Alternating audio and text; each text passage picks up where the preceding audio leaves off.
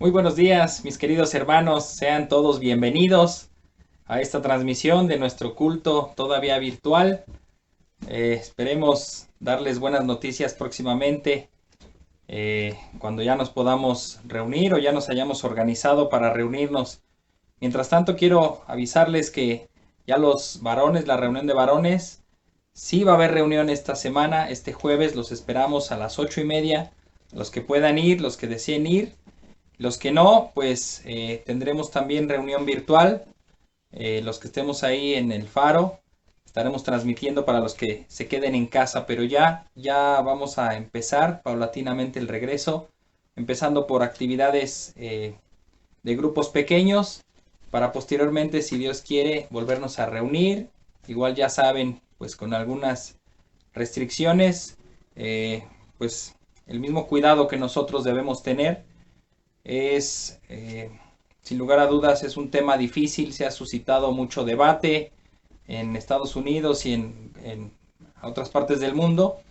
Nosotros aquí, la verdad que no tememos que el gobierno se adueñe de nuestras iglesias, pero nosotros mismos queremos ser responsables con nuestros hermanos, con aquellos que sean más susceptibles de poder adquirir este contagio.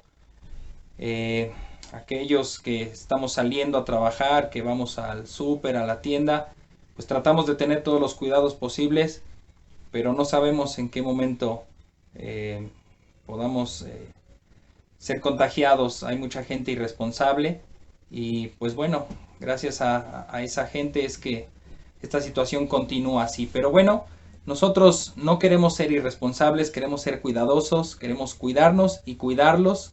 Así que si volvemos ya les daremos instrucciones de cómo es la manera de volver, cómo debemos comportarnos, qué requisitos debemos cumplir por el bien de todos.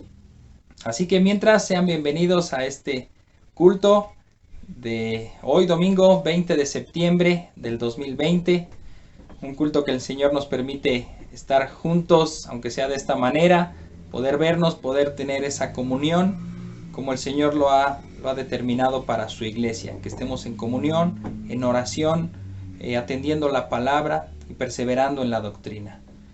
Vamos a orar para dar inicio a este culto.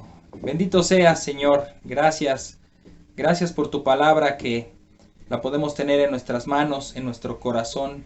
No hay pretexto, Señor, de que no tenemos tu palabra cerca. Tu palabra está cerca de nosotros. Señor, también tu enseñanza ha podido llegar hasta nosotros, a pesar de no estar cerca.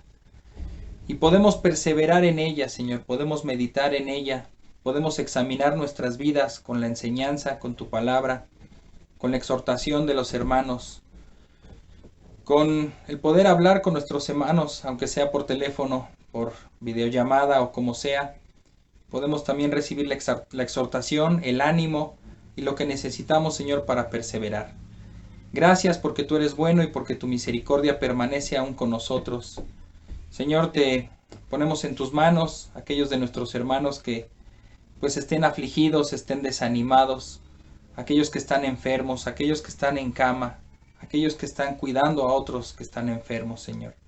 Renueva sus fuerzas si es tu voluntad, dales ánimo, dales un corazón lleno de gozo y paz, aunque sea inexplicable, porque tu paz no se puede explicar, no la entendemos, pero tú nos la das en medio de la adversidad y ese gozo también como parte del fruto del Espíritu.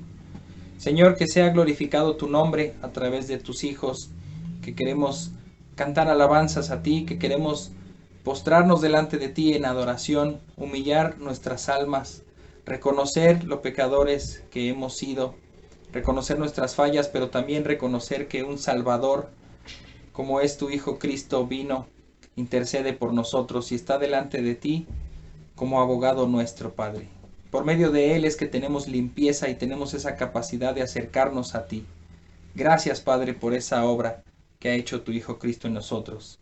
Y ahora como tu iglesia queremos exaltarte y queremos proclamar esas buenas noticias a todo el mundo. Buenas noticias de reconciliación para todo el mundo, para todo aquel que quiera oír, para todo aquel que reciba tu palabra, para todo aquel que con fe confiese a tu Hijo Cristo como el Salvador. Gracias, Padre, por este día. Ponemos en tus manos este culto que sea de honor, de honra para ti, de olor grato y pues para edificación de los hermanos. En el nombre de tu Hijo Jesucristo. Amén. Pues bien, mis hermanos, necesito que me acompañen a la Biblia, al libro de Marcos. Vamos a hacer nuestra lectura bíblica. Son 2 textos el día de hoy.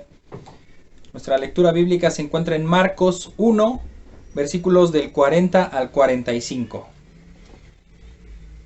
Marcos 1, 40 al 45.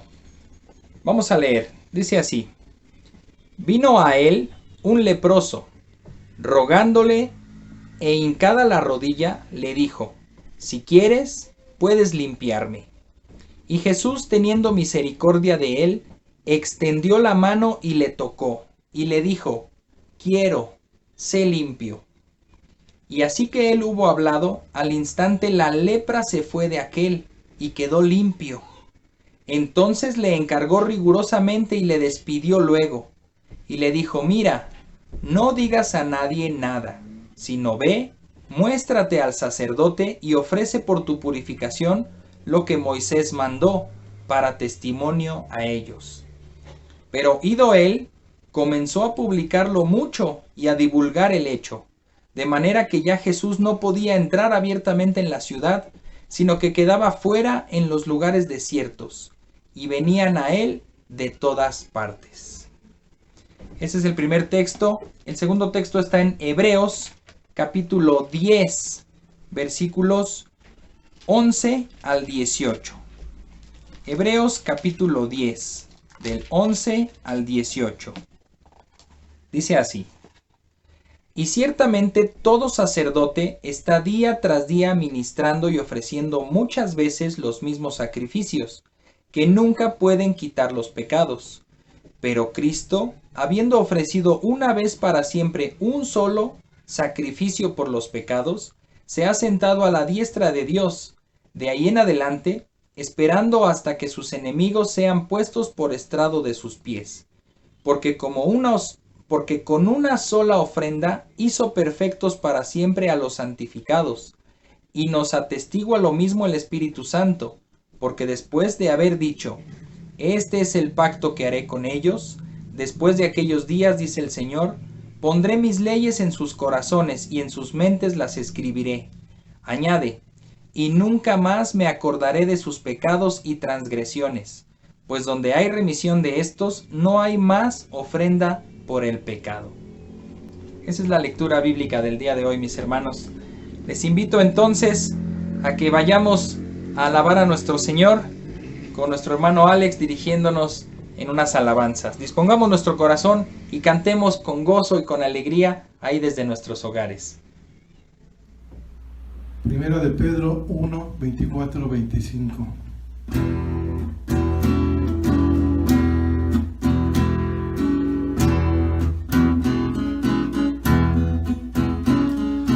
Toda carne es como hierba, y toda la gloria del hombre como flor de la hierba. La hierba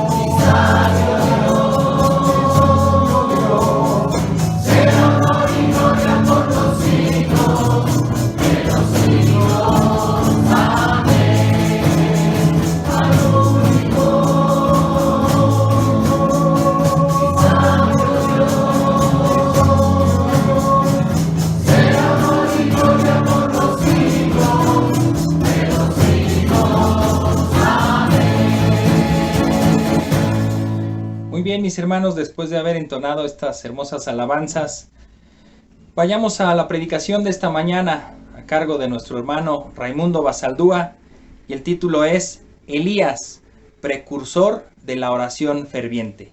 Vamos a escucharlo con mucha atención. Hermanos, buenos días. Les saludo a la distancia, esperando que se encuentren bien, que el Señor siga actuando en sus corazones y en sus hogares durante este tiempo que todavía permanecemos en nuestros hogares los domingos. El día de hoy, hermanos, nos toca estudiar Santiago capítulo 5, versos 17 y 18.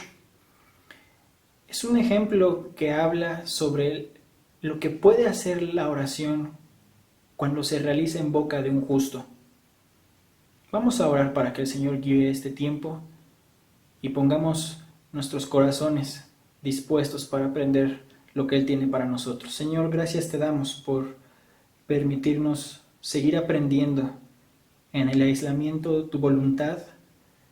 Enséñanos, Señor, de ejemplos como este, de tu profeta Elías, de perseverancia y un hombre que entregó su corazón a ti para servirte, Señor.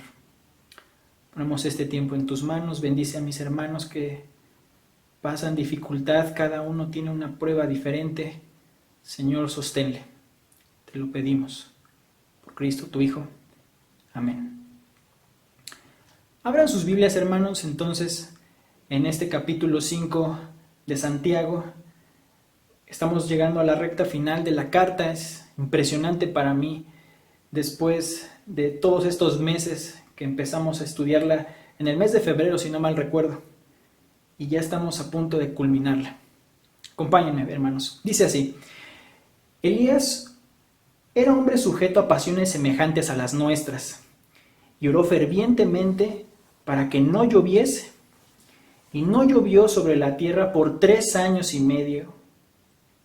Y otra vez oró, y el cielo dio lluvia, y la tierra produjo su fruto. Me gustaría iniciar con 3 ideas directas de los versos para entender qué significan algunas palabras con las que se comunica Santiago con nosotros. En primera instancia es el nombre de Elías. El nombre de Elías es un nombre que viene del hebreo, de manera directa, cuya raíz es o se pronuncia como Eliyahu, que significa Dios es Yahvé.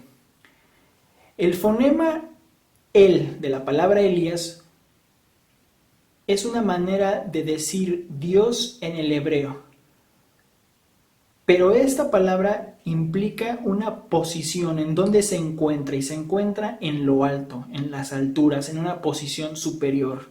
Entonces podríamos parafrasear el nombre de Elías como el de arriba es Yahvé. Y este es un nombre que le hace justicia a su ministerio. En segundo plano, hermanos, la frase sujeto a pasiones semejantes es la traducción de la palabra griega homoiápetes. De ahí viene la palabra homeópata. Viene de la unión de 2 palabras griegas, por un lado homoios, que significa semejante, y patos, que significa enfermedad o estado de ánimo. Por lo cual creo que es la razón que el interlineal lo traduce como semejante en sentimientos, y en la Biblia de las Américas la traduce como pasiones, y en otras versiones como de una naturaleza semejante. Entonces lo que quiere decir Santiago es que Elías era una persona semejante a nosotros, que tenía esta misma naturaleza que nosotros. El tercer punto que quiero compartir de manera directa es la frase en el versículo 18 que dice,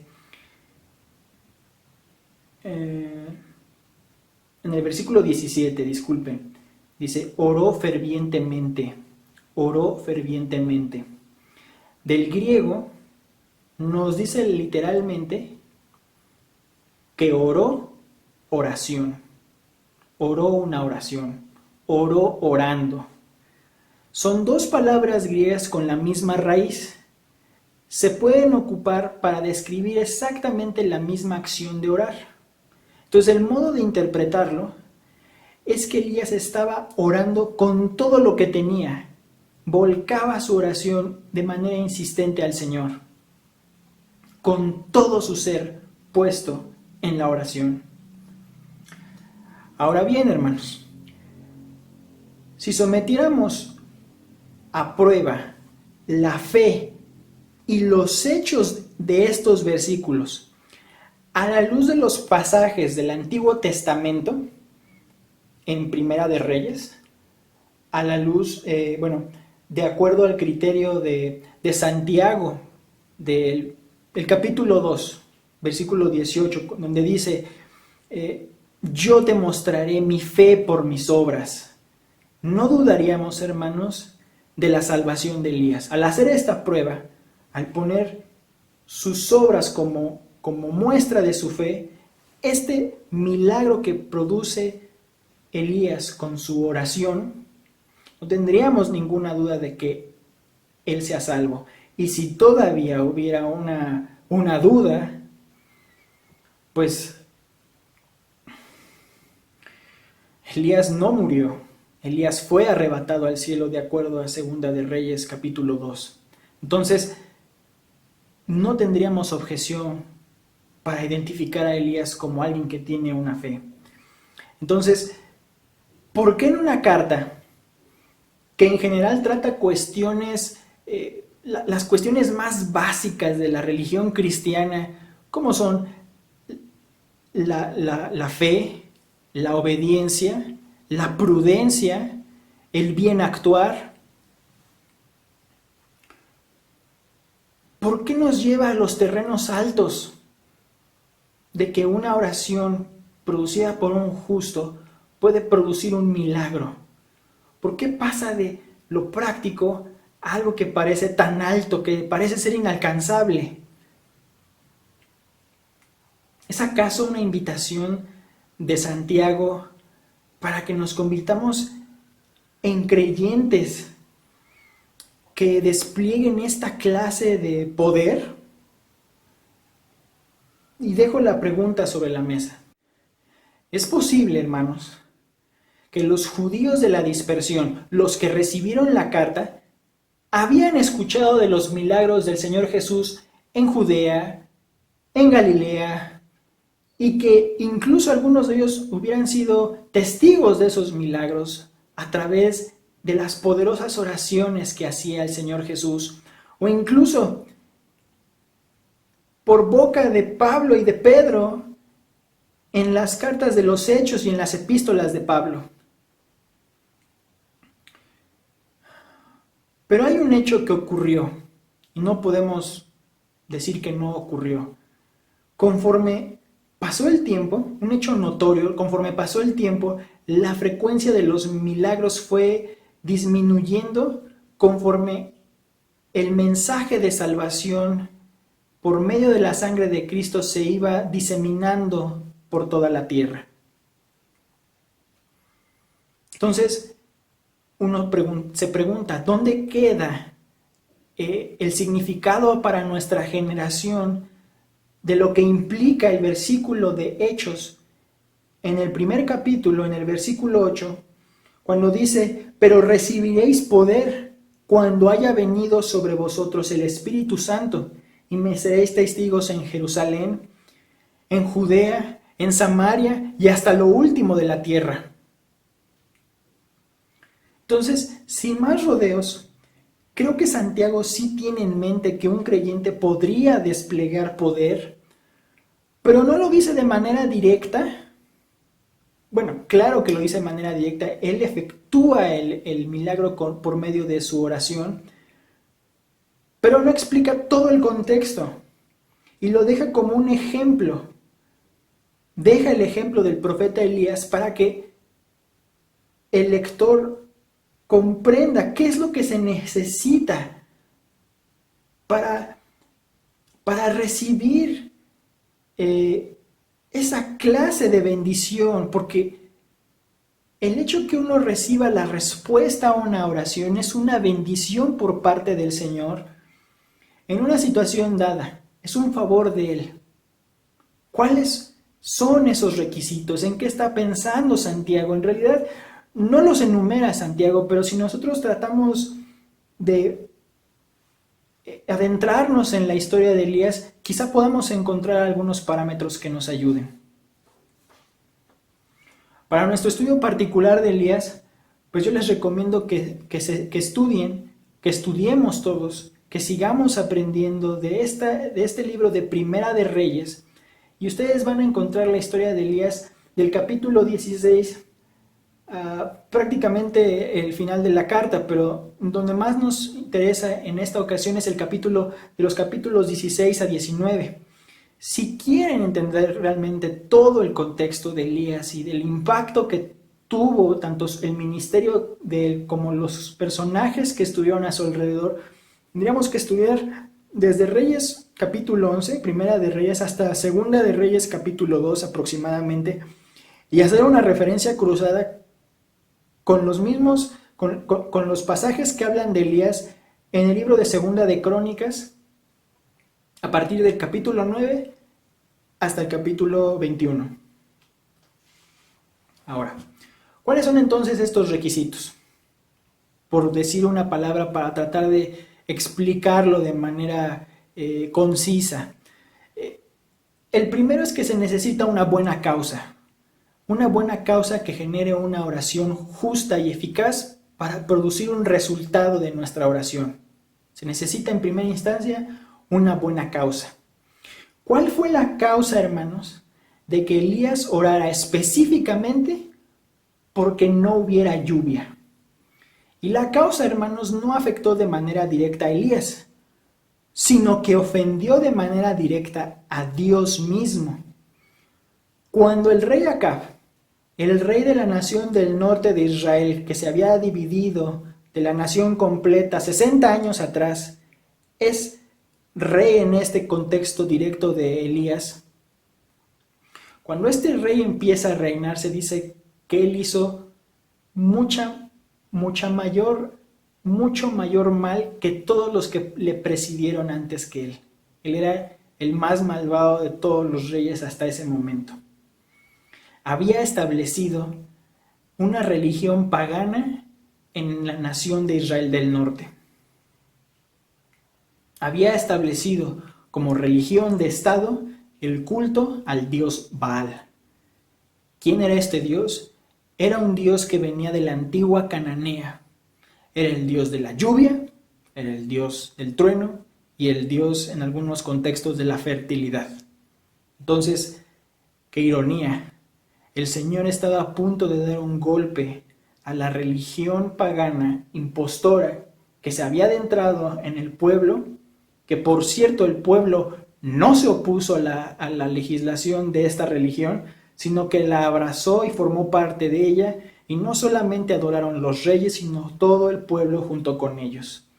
El rey Acab había construido, así como Salomón había construido un templo dedicado a Jehová, Acab había construido un templo dedicado a Baal. Había construido altar dentro de este templo para Baal y una imagen de acera, es decir, una imagen a una diosa que se adoraba por medio de actividades pues que no son propias. El Señor tendría que asestar el golpe efectivamente en ese punto de la lluvia. Tendría que poner en evidencia a este postor, a Baal, o Tlaloc, o como le quieran llamar, hermanos. No existen otros dioses. Y que solamente Jehová tiene poder específico para cada evento de la naturaleza. Esta fue la causa. Número 2. Se necesita un buen motivo. ¿Qué motivaba a Elías el llevar a cabo su ministerio? Y ¿saben qué, hermanos? Yo considero que el escritor de Segunda de Crónicas describe con precisión la época de los reyes, tanto del reino de Israel del norte como de Judá en el sur. Observen lo que dice, y si quieren acompáñenme a Segunda de Crónicas 15, versículo 3. Dice así: muchos días ha pasado Israel sin verdadero Dios y sin sacerdote que enseñara, y sin ley. Pero cuando en su tribulación se convirtieron a Jehová, Dios de Israel, y le buscaron, Él fue hallado de ellos. En aquellos tiempos no hubo paz ni para el que entraba ni para el que salía, sino muchas aflicciones sobre todos los habitantes de las tierras. Y una gente destruía a otra y una ciudad a otra ciudad, porque Dios los turbó de toda clase de calamidades.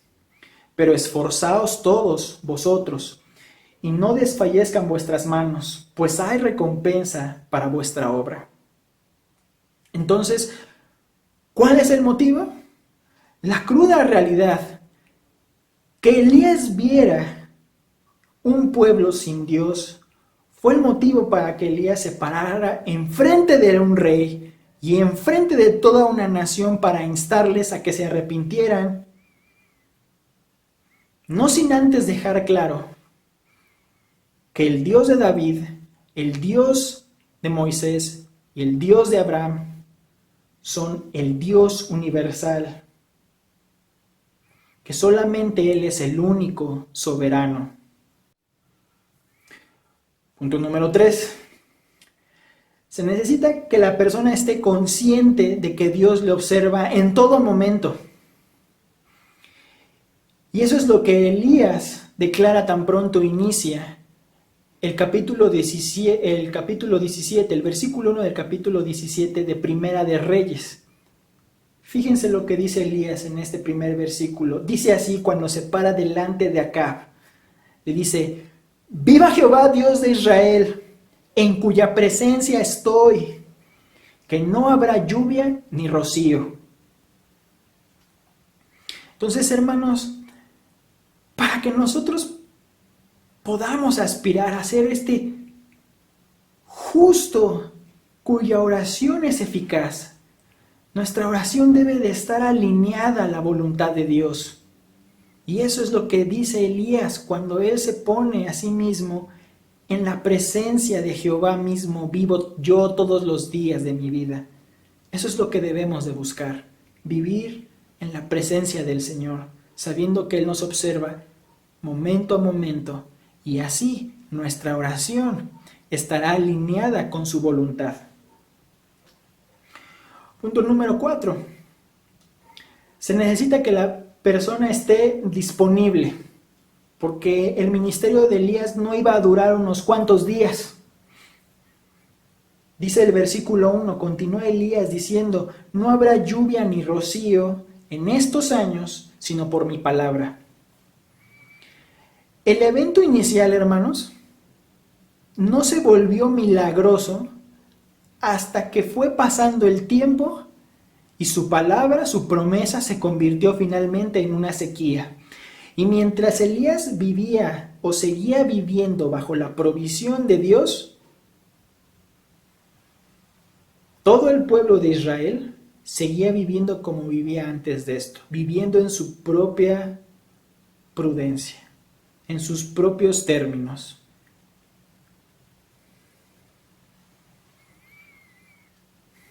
En sus propias fuerzas.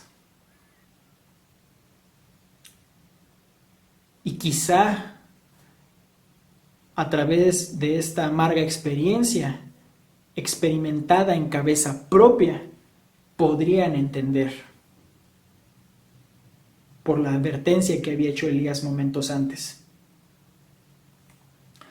Lo que continúa en los capítulos 17 y parte del 18 nos narra ya los detalles, pero para nuestro propósito cabe señalar que no hay un indicio de que Elías supiera cuánto iba a durar esta prueba, sino hasta el capítulo 18, al principio, cuando el Señor le dice ya es tiempo. Elías no sabía o no se ve una clara señal de que él supiera cuánto iba a durar.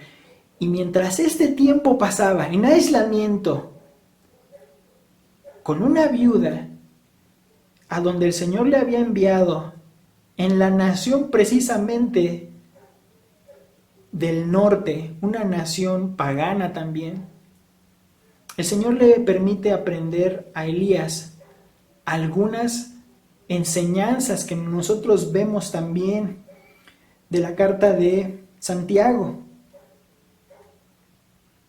Según nos explica, Elías aprendería que para el Dios de Israel no hay acepción de personas. No hay acepción de personas para la salvación, a quien el Señor decide revelarse a través de su palabra. Otra enseñanza que tuvo que aprender Elías fue que hay milagros que ocurren en un aislamiento total. En este aislamiento, Elías tuvo la prueba de fe, probablemente al nivel del Señor Jesucristo, cuando resucita a una persona que era familiar de la viuda que ella ya había sufrido en el pasado. Y creo que otra enseñanza importante es que hay ocasiones en que el Señor permite heridas en las personas antes de que conozcan al Señor. Y eso no significa que el Señor no las haya acompañado, sino que el Señor estaba esperando el momento adecuado de revelarse delante de ellos para mostrar su poder de quién habría de ser salvo.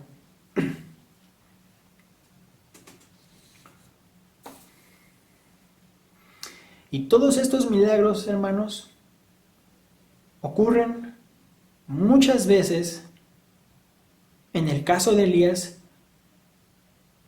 a una persona que ya ha invertido una cantidad de tiempo considerable sirviendo al Señor.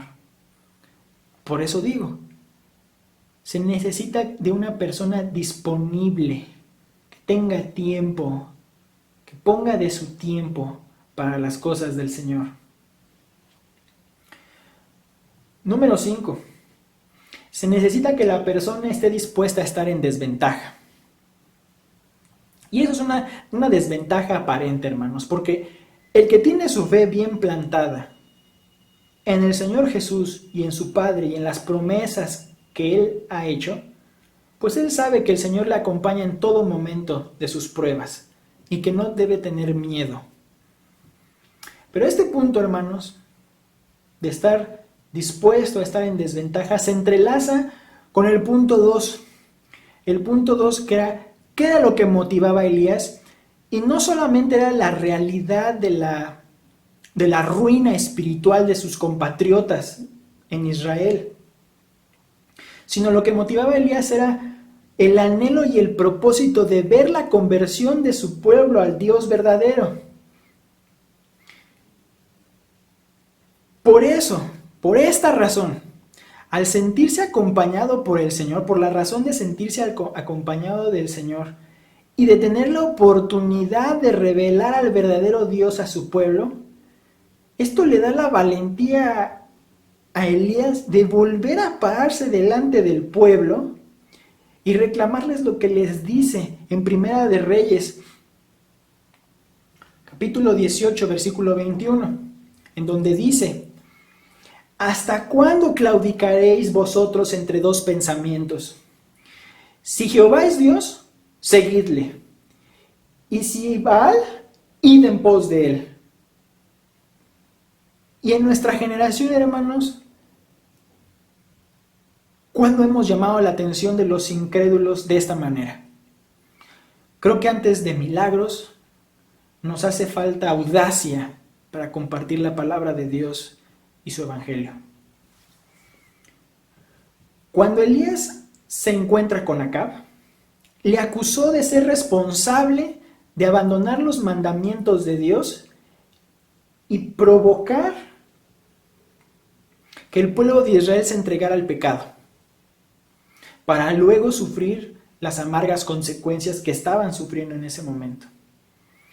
Por esta razón, Elías reta a los 900 profetas de Baal y Acera a que invocaran en el monte Carmelo a sus dioses y que delante del pueblo ellos, los dioses, les respondieran consumiendo con fuego un holocausto. Y que observara el pueblo, enfrente de todo el pueblo, cuál Dios era el que tenía verdadero poder. Este, hermanos, fue un reto a muerte súbita. literal. La gente se reunió para presenciar la batalla de los dioses. Y la idea de una contienda de esta naturaleza era que la lealtad del pueblo sería para quien resultara victorioso. Aún con la ventaja de ser los primeros, los profetas de Baal no lograron una respuesta de sus dioses. Así que, ¿qué fue lo que hicieron? Comenzaron a cantar, comenzaron a bailar, gritaron. Llegó el punto cuando incluso Elías se burla de ellos, ellos se empiezan a sajar, es decir, se empiezan a hacer heridas en su piel para extasiar a sus dioses y provocar una reacción de ellos y que finalmente hubiera fuego que consumiera el holocausto. Y nada. Era el turno de Elías. Él no fallaría en su día. Incluso arrojó agua para mostrar que aún sobre un holocausto mojado, él tendría el poder. Y cuando él invocó al Señor, cuando él invocó a Jehová, se consumió el holocausto. Y ese día no hubo más tiempo de arrepentimiento para estos falsos profetas. Así que Elías convocó al pueblo, los prendieron a estos profetas, a estos falsos profetas, y los mataron. Como paréntesis, muchos han criticado esta medida de parte de Elías, pero en defensa de Elías creo que para situaciones extremas se requieren medidas extremas, dado que la esposa de Acab ya había mandado a matar con anterioridad a todos los profetas de Jehová, hasta el punto que Elías creía que él era el último. Elías no estaba en desventaja si estaba junto al Señor.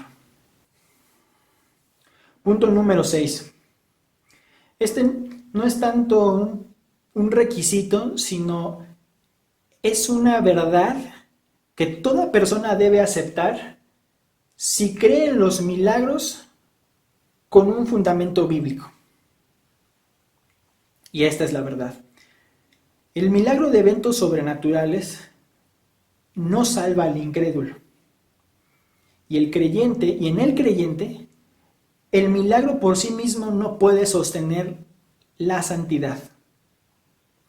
La oración ferviente e insistente de Elías no solo radicaba en que lloviera, ¿sí? Ya lo hemos dicho con anterioridad, el motivo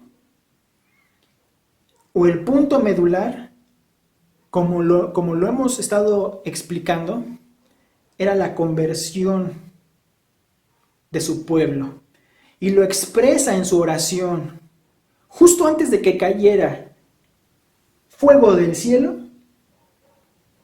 en Primera de Reyes 18:37, Elías dice: Jehová, respóndeme, para que conozca este pueblo que tú, oh Jehová, eres el Dios y que tú vuelves a ti el corazón de ellos. Ahora bien, tan pronto Acab dio la noticia a su esposa Jezabel de lo que había hecho Elías, sin importarle la revelación y el despliegue de poder que había ocurrido, ella juró por su propia vida matar a Elías. Y al ver este peligro, nos explica el pasaje que Elías huye y estando solo, oró a Jehová para que éste le quitara la vida. Y muchos explican que esta es una prueba de que todos en algún punto de nuestra vida tenemos miedo por alguna u otra razón. Pero yo estoy convencido de que Elías, en la intimidad de la oración que desborda al Señor en el monte Horeb, cuando él se retira de la presencia del pueblo, él le confiesa, y lo hace 2 veces. Le confiesa al Señor 2 veces la verdadera razón por la que había huido. Y no era el miedo a Jezabel. La verdadera razón de su huida, en el capítulo 19, en los versos 10 y 14, Elías le dice al Señor, Elías responde: he sentido un vivo celo por Jehová de los ejércitos, porque los hijos de Israel han dejado tu pacto, han derribado tus altares, han matado a espada a tus profetas, y solo yo he quedado y me buscan para quitarme la vida. Espera un momento. ¿Quién busca matar a Elías? El pueblo, a quienes les demostró poder del Señor milagrosamente en el monte Carmelo. Porque al terminar la contienda, para el pueblo, los culpables de que no lloviera ya estaban muertos. Y tan pronto vieron resuelto su problema, ellos regresaron a sus actividades regulares, ellos regresaron a su normalidad. Y continuaron sujetándose a sus reyes, por desgracia. Entonces, el milagro, ¿qué pasó con el milagro? O sea, el milagro se llevó a cabo. Se mostró la justicia de la vida de Elías en el milagro de la lluvia. Pero en última instancia, el mayor anhelo de Elías no se vio cumplido. Entonces la pregunta es, hablando sobre el milagro, de que alguien vea un milagro, ¿qué es lo que va a hacer con lo que acaba de ver? La pregunta es si el milagro es suficiente para cambiar al corazón. Y si bien sabemos, hermanos, los milagros siempre han servido para asombrarnos y para motivarnos a que demos gloria al Señor, pero no era la intención de que viviéramos pensando siempre en el milagro, pensando que por el milagro fundo mi fe en el milagro y por ende el milagro cambia mi naturaleza pecaminosa y caída. No funciona así. El milagro no cumple con todo este proceso. El milagro solamente es otro medio para enviar el mensaje de salvación. El milagro en sí mismo no es un boleto al cielo, no es un justificante. Y el presenciarlo no nos convierte en una especie de testigo protegido en donde nos convertimos en alguien infalible, no. Presenciar milagros de esta magnitud no es indispensable, no está garantizado, pero lo que sí es fundamental e indispensable es recibir el mensaje de arrepentimiento y responder consecuentemente a él. Entregando todo nuestro ser, así como lo explica Santiago, la oración eficaz del justo puede mucho. Tenemos que buscar empezar por lo más sencillo para anhelar lo más grande. ¿Cuál es el mayor milagro? El cambio de corazón. Un cambio de corazón que haga posible todo lo que nos enseña la carta de Santiago. Hermanos, les hago esta pregunta. ¿Significa entonces que la oración de Elías fue en vano? No, hermanos, es un no rotundo, de ninguna manera, no fue en vano. En Primera de Reyes 19:15, el Señor le responde a Elías que había 7,000 personas que no se arrodillaron ante Baal. Le asignó ungir al que eventualmente se convertiría en el nuevo rey de Israel del norte, quien iba a sustituir a la casa de Acab. Incluso le asignó la tarea de ungir a un dios de una nación extranjera, a Siria, de Siria, perdón, en el norte. Así como ungir también al siguiente profeta que permanecería en su lugar. Este es Eliseo. Y el Señor le otorgó una bendición en Eliseo porque recibe a un discípulo con quien tiene oportunidad de convivir y de tener amistad durante los siguientes 5 años del ministerio. El ministerio de Elías, hermanos, impidió que una religión pagana se apoderara de la nación de Israel. Y creo que esto es parte de lo que Santiago tiene en mente cuando dice, y la tierra dio su fruto. Es decir, regresa a la esperanza. No solamente en las cosas más normales de la naturaleza, que un ciclo vuelve a regresar a la normalidad, sino que vuelve a haber un momento de paz en la nación de Israel. Entonces, regresando a la pregunta inicial, ¿por qué en una carta que trata los asuntos más prácticos y más básicos de la religión cristiana nos lleva a los terrenos de lo milagroso? Porque yo creo, hermanos, que porque aunque nuestra fe pueda no ser todavía lo suficientemente madura, e incluso en algunos contextos no amerite que en nuestra generación se desplieguen milagros si el Señor no lo determina de esa manera, tenemos esperanza de eventos maravillosos, hermanos. El mayor de ellos es el cambio de corazón.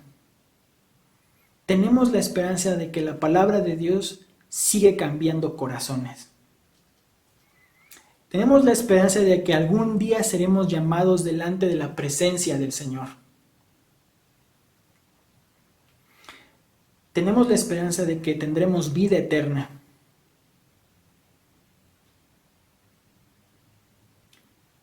Y otra cosa más. Si nuestra fe aún no puede mover montañas, tenemos a un Dios paciente que nos sigue llevando a la cima sin importar el tiempo que nos tardemos en llegar, para mostrarnos lo que hay del otro lado de la montaña y que Él tiene preparado para nosotros para servirle a Él mientras seguimos en esta tierra. A lo que Santiago nos está invitando es a ser creyentes con integridad, que viven en la presencia de Dios como lo hizo Elías, que viven en integridad, sabiendo que estamos delante de Jesucristo el Todopoderoso cada vez que oramos fervientemente y de manera constante. Y solamente para cerrar, hermanos, si nosotros nos presentaran otro caso práctico de eventos milagrosos, por ejemplo, de lo que estuvimos leyendo de Marcos como lectura bíblica, sabemos que el milagro sí produce una motivación inicial que nos lleva al Señor. Y en el caso de este leproso, él fue limpiado. Él fue limpiado. Que el Señor permita que toda persona que vea un milagro no se refugie en el milagro, sino que voltee a ver a la cruz del Señor, en donde era la necesidad para recibir el perdón de sus pecados, para que pueda no solamente gozar un milagro de sanación, sino un milagro de cambio de corazón que le permita ser hijo del Señor. Que el Señor les bendiga, hermanos. Que el Señor les acompañe en sus pruebas. Que el Señor les dé la valentía para pararse delante de quien tengan ustedes que compartir, que reprender, que instar. Es decir, insistir, y que el Señor nos lleve a buen puerto en las pruebas que tenemos, Señor. en las pruebas que tenemos en esta tierra. Que tengan buen día, hermanos. Oremos. Gracias, Padre, te damos por este tiempo y te pido por mis hermanos que les guardes sus hogares, que les permitas seguir siendo fieles a ti, Señor, sosteniéndonos día a día de tu palabra. Por Cristo tu Hijo. Amén. Hermanos, cantémosle al Señor y veamos lo que nos dice Colosenses 1, 15, 16.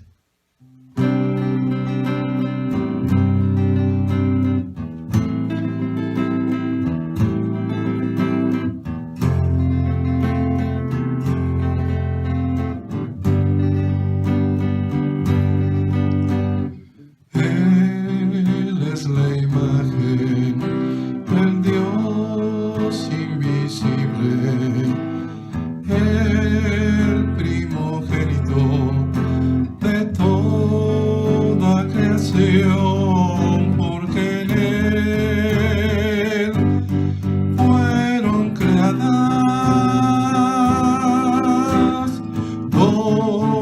todas las cosas, las que hay en los cielos y las que hay en la tierra, visibles e invisibles. Sean tronos, sean dominios, sean principados, sean potestades. Todo fue creado por medio de él y para él. Todo fue creado por medio de él y para él. Él es la imagen del Dios invisible, el primogénito de toda creación, porque en él fueron creadas todas las cosas, las que hay en los cielos y las que hay en la tierra, visibles e invisibles. Sean tronos, sean dominios, sean principados, sean potestades. Todo fue creado por medio de él y para él. Todo fue creado por medio de él y para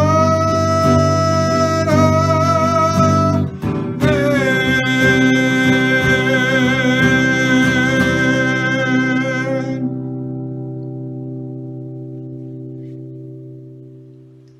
Romanos 12, 12.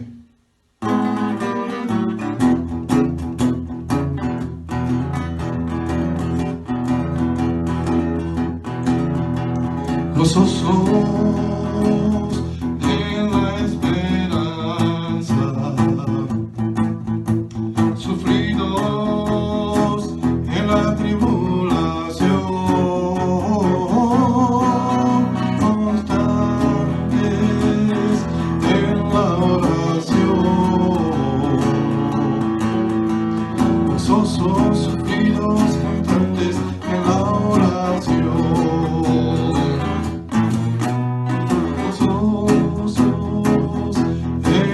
esperanza. Sufridos en la tribulación, constantes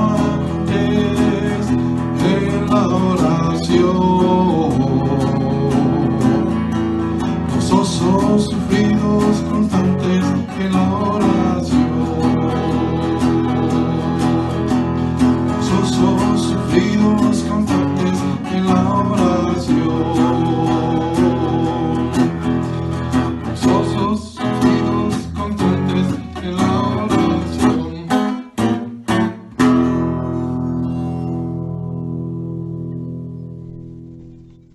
Gracias a Dios por esta hermosa predicación, por estas alabanzas que el Señor nos ha permitido tener. Estamos a punto de llegar al final de este culto del día de hoy.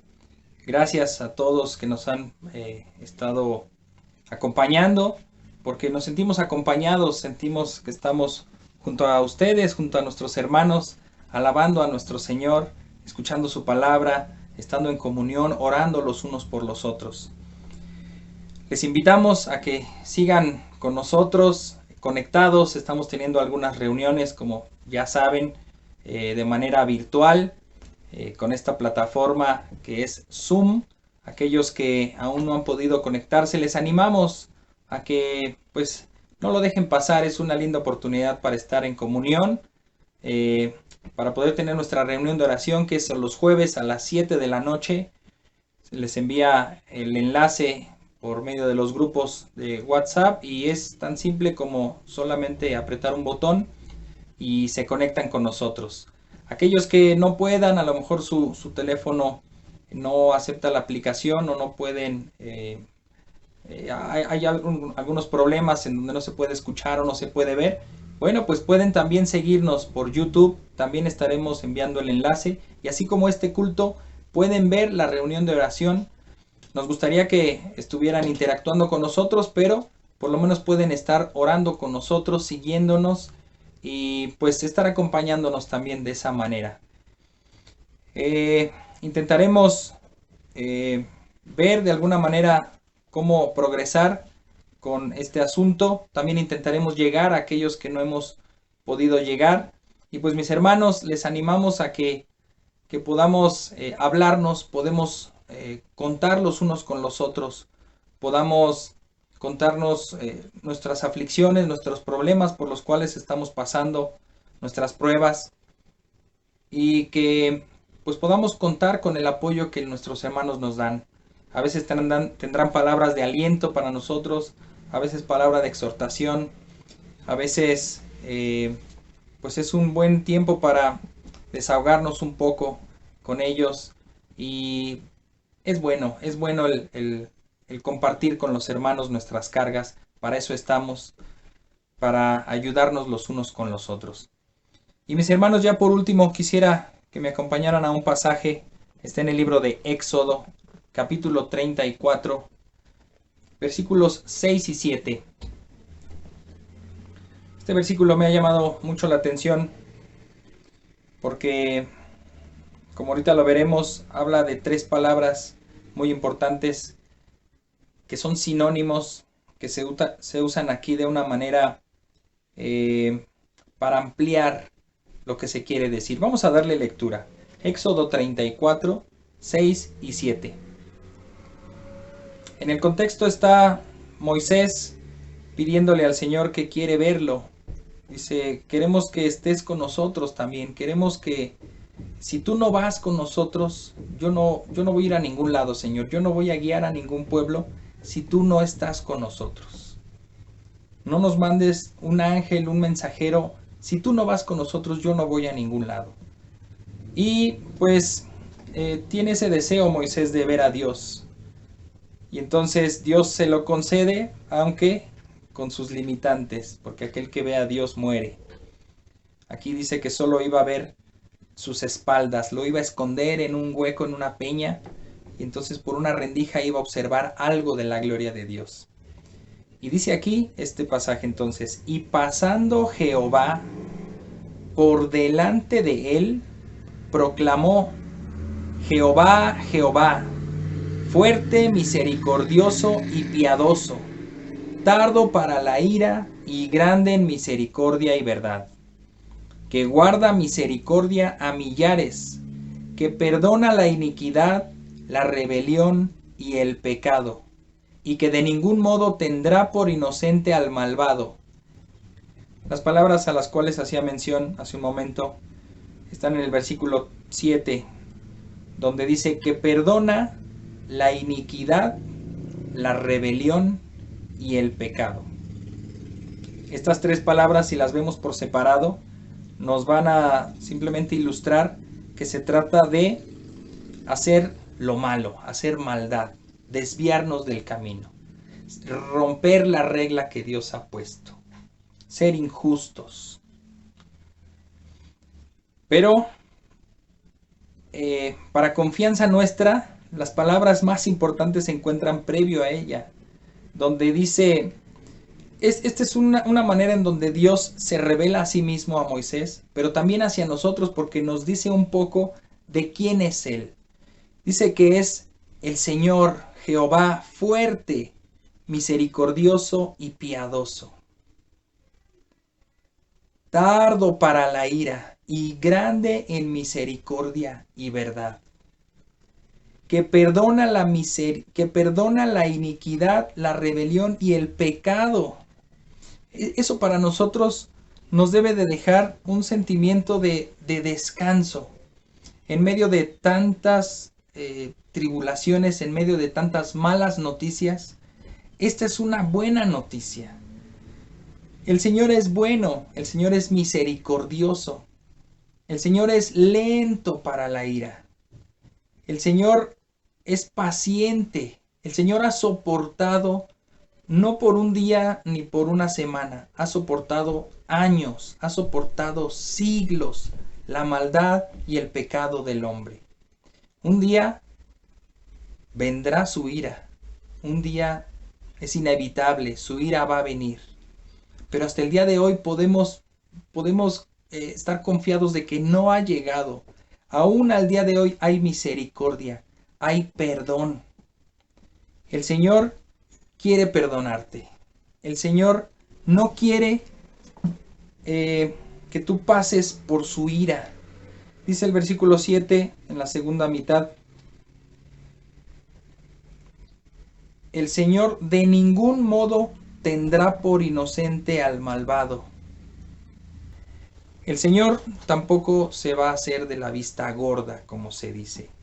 El Señor, no porque sea bueno, misericordioso, perdonador, no por eso va a ignorar.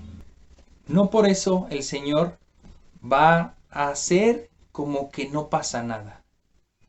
Él simplemente no va a olvidar los pecados. Él no va a ser igual de corrupto que algunos jueces, en donde con un dinero ellos se olvidan que existió un delito. Ellos no persiguen y no castigan al culpable. Ellos dicen, aquí no pasó nada, vete a tu casa y todos tranquilos.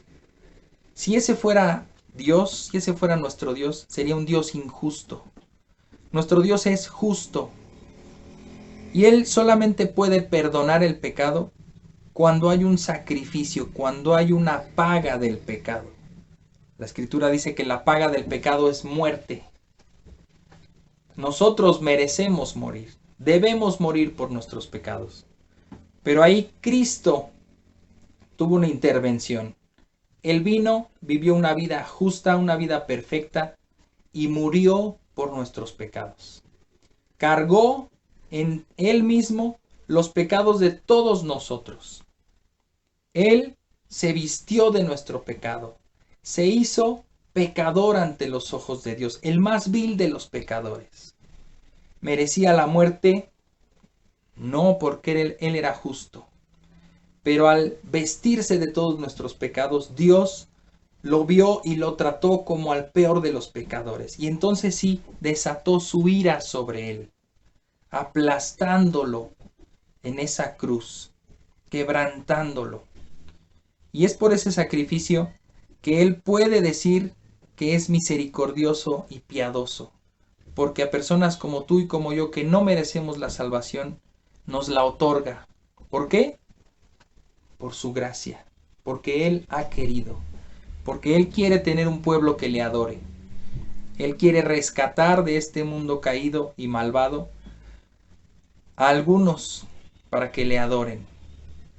Y es nuestro deber proclamar esa verdad a todos, para que al sentirse así tan pecadores, al sentirse separados de Dios, puedan ellos clamar y pedir la ayuda del Salvador. El Salvador y el cielo se deleitan cuando un pecador se arrepiente. Así que tú que nos estás escuchando quizá por primera o segunda ocasión, quizá ya nos has escuchado muchas veces, quizá perteneces a nuestra iglesia, pero no has podido reconciliarte con Dios. Te rogamos en esta hora, reconcíliate con Dios, haz las paces con Él. Recíbele en tu corazón, cree en su verdad, cree en que es severo para juzgar a los pecadores, pero cree también que es misericordioso y tiene piedad y ha provisto de una salvación que está en Cristo Jesús, solamente en la fe en Cristo Jesús. Si el Señor te ha llamado, si el Señor te ha hecho sentir que le necesitas, acude a Él en oración y pídele que te salve. Vamos a orar, mis hermanos. Amado Padre, tú nos has dejado tu palabra, Señor. Tu palabra nos muestra tu carácter, nos muestra la ley, y con ella vemos que hemos sido pecadores, que hemos quebrantado tus leyes, que hemos infringido la ley, que hemos hecho maldad en nuestros pensamientos, en nuestro corazón y con nuestros cuerpos, Señor. Hemos sido manchados por el pecado y esa mancha se ha extendido a todo nuestro ser, y todo lo que hacemos no podemos decir que es para ti porque está hecho en maldad. Y Señor, no es hasta que tú vienes y nos ofreces esta salvación, es hasta que tu Hijo Cristo vino y vivió una vida santa, una vida justa, perfecta, y te agradó. Señor, entregó Él su vida por nosotros, para que nosotros que estamos sucios podamos ser limpiados en Él, limpiados en su sangre, y por medio de esa sangre poder acercarnos a ti, poder acceder a esa misericordia, a ese perdón. Perdónanos, Padre, líbranos de esa condenación que es terrible porque es tu ira. Nadie quiere tenerte como enemigo, Señor. No queremos que nuestros familiares vayan hacia ese lugar de condenación eterna. No es un momento, no es un tiempo, no son años, es una eternidad. No queremos eso, Padre. Por favor, lleva salvación a nuestras casas, a nuestras familias, a nuestra gente, a nuestro país, a este mundo que no la tiene, Señor. Por favor, obra en los corazones de aquellos que nos están escuchando. Y, Señor, haz esa obra que solo tú puedes hacer, de darles vida a los muertos, Señor. Tráelos a la vida y que puedan venir con fe y arrepentimiento ante ti. En el nombre de Cristo Jesús. Amén. Muy bien, mis hermanos, pues hemos concluido el culto del día de hoy. Les amamos, les mandamos un gran abrazo, seguimos orando por ustedes. No olviden enviarnos sus peticiones de oración. No olviden también comentarnos si tienen alguna necesidad, alguna aflicción. Cuéntenos, contacten a los hermanos. Si no han sido contactados, en breve los contactaremos también, estaremos al pendiente llamándoles. Pero también ustedes hagan esa labor de pues estar juntos, aunque sea por teléfono, aunque sea con una llamada. Es muy agradable escuchar su voz y pues ir juntos en este caminar en Cristo. Nos despedimos, que tengan un excelente día, una excelente semana, que el Señor les guarde, que el Señor les bendiga y pues nos vemos, si Dios quiere, la próxima semana. Bendiciones.